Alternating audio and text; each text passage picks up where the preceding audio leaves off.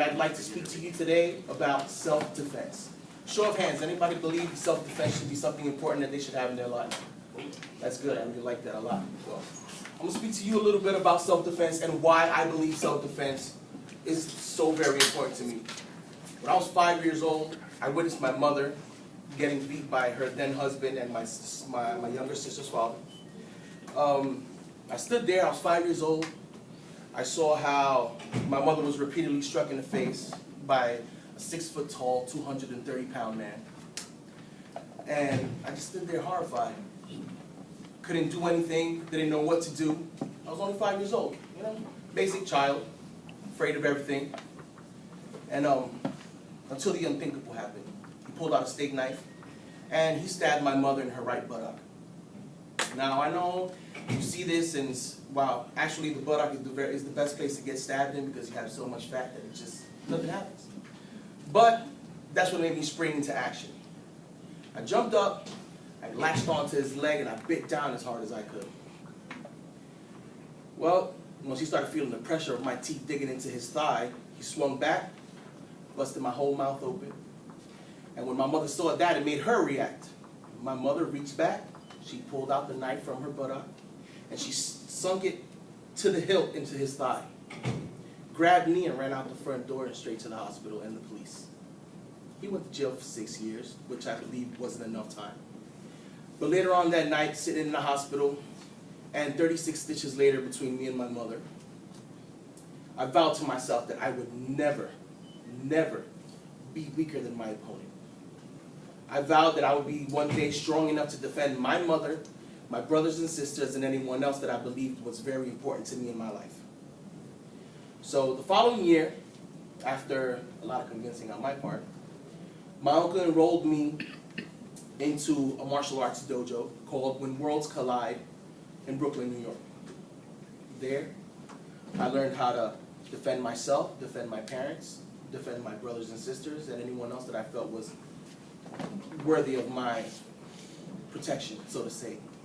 So, show of hands, anybody's ever been put in a situation where they felt completely hopeless and too weak to do anything about? All right, there's not that many of you, but the few of you that have raised your hand know what it feels like to know what it is to just stand there and not be able to do anything. So I want to jump into a few topics where self-defense plays a major role in everyday life. And one, which most people practically brush under the table, is rape.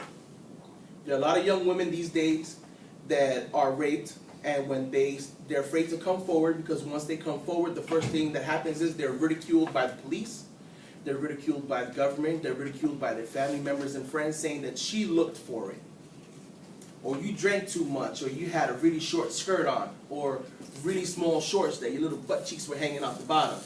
You asked for this. Well, I got a surprise for you. No woman asks to be raped. There are a few self-defense techniques that can teach any woman.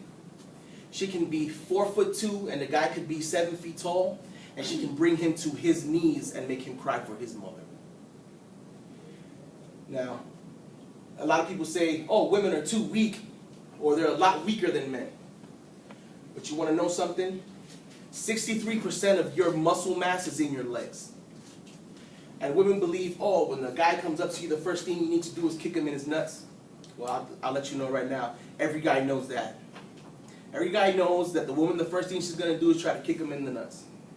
And the self-defense classes that I provide will teach you how to use your legs, your arms, and not even that much strength to subdue the person that's trying to attack you with the maximum amount of force and pressure that they can withstand. Now, there are other subjects, there are other topics that self-defense can be brought into, such as self-defense in a violent situation. Young men, nowadays, sometimes you're afraid to speak your mind or even go out because there are other people out there that are bullies that like to pick on you based on how you look, how you're dressed, the way you act. And sometimes there's 2 or 3 people that actually come at you and try to attack you. And my self-defense classes teaches you how to grab the first person that attacks you and make sure they never forget you for the rest of their life.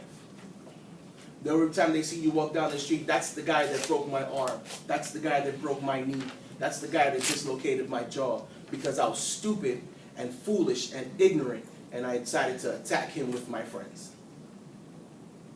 I know it sounds violent, what I might be telling you, and you might feel as though, you know, hey, this guy's a little bit too off the edge. But after 16 years of martial arts training and seeing all the things that I have seen in this life, in this short life that I have, I'm all the more happier for it, to know that I can defend all of my family. So in conclusion, to wrap things up, I'd like to thank you all for coming out this day and giving me the patience to hear me out. And anyone who might be in, and my aim is to hopefully make you more aware of self-defense and situations that you might face or others that you know may face in the future.